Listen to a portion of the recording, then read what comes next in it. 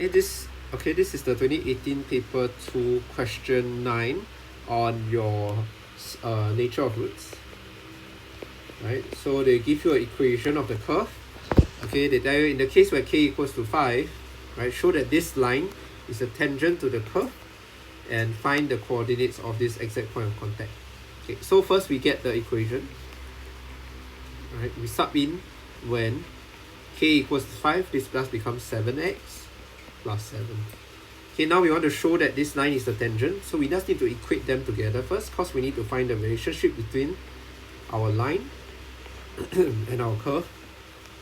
So we equate them together. Sorry, this is plus 5.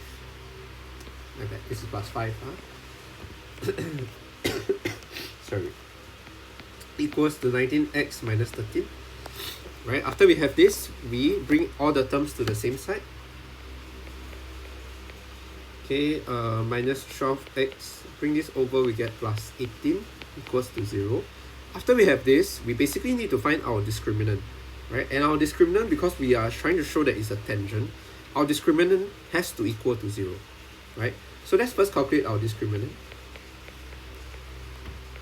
Right, b squared minus 4ac in this case is just negative 12 square minus 4 times 2, our a is 2, and our c is 18, right? Some students will write this equals to 0 immediately. Okay, you cannot do that. Instead, you need to calculate one by one. This gives us 144. This is minus 8 times 18 also gives us 144, right? Then you take this minus this, you get it to be 0. And since it's equals to 0, we can then show that since our b squared minus 4ac is equals to 0, our line of y equals to 19x minus 13 is a tangent. Okay, and after this, we need to find the coordinate of point of contact. So basically, this is doing your simultaneous equation. So we already have our quadratic equation to be here. So all we're going to do is just solve for this quadratic equation. Okay, I simplify it a bit. It will look like this. Okay, we solve for this quadratic equation. You get it to be x minus 3 squared is equals to 0. Right? And we simplify this, we get x to be equals to just 3. Right? We're only expecting one solution because it is a tangent. So when x equals to 3, my y would just be equals to 19 times 3 minus 13. Okay, here you can sub in any equation. Both are okay. Right? And then you'll get it to be equals to 44. So my coordinates would just be 3, 44.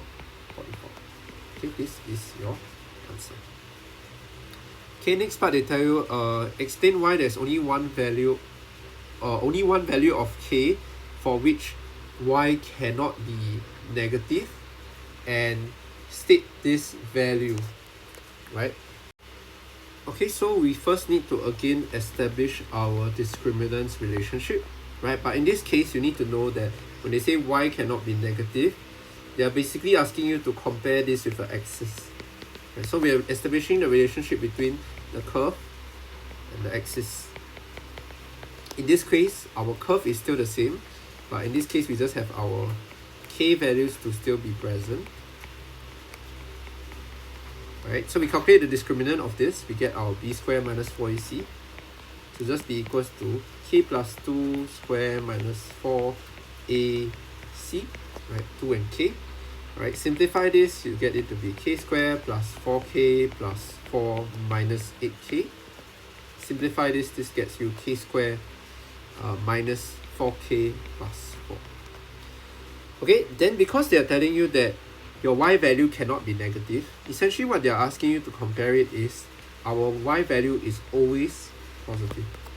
And since this only occurs for one value of k, right, we will need to be able to tell them that our discriminant of our b squared minus 4ac is going to be less than or equals to 0, because it's either it touches or it doesn't touch, right? In which we will know that it has to be less than 0, in which when we simplify this, we factorize our k squared minus 4k plus 4, right, you'll get it to be k minus 2 squared is less than 0. Right, and since we know that k minus 2 square, right, this is a positive number, this has to be more than or equals to 0. Right, because this is a positive number, so we can therefore conclude that the only value of k which this occurs is when k minus 2 is equals to 0. Because it's less than or it's more than or equals to 0, right, of which our k value when we solve it, we'll get it to be k to be equals to 2. Okay, so this is how you do this second part.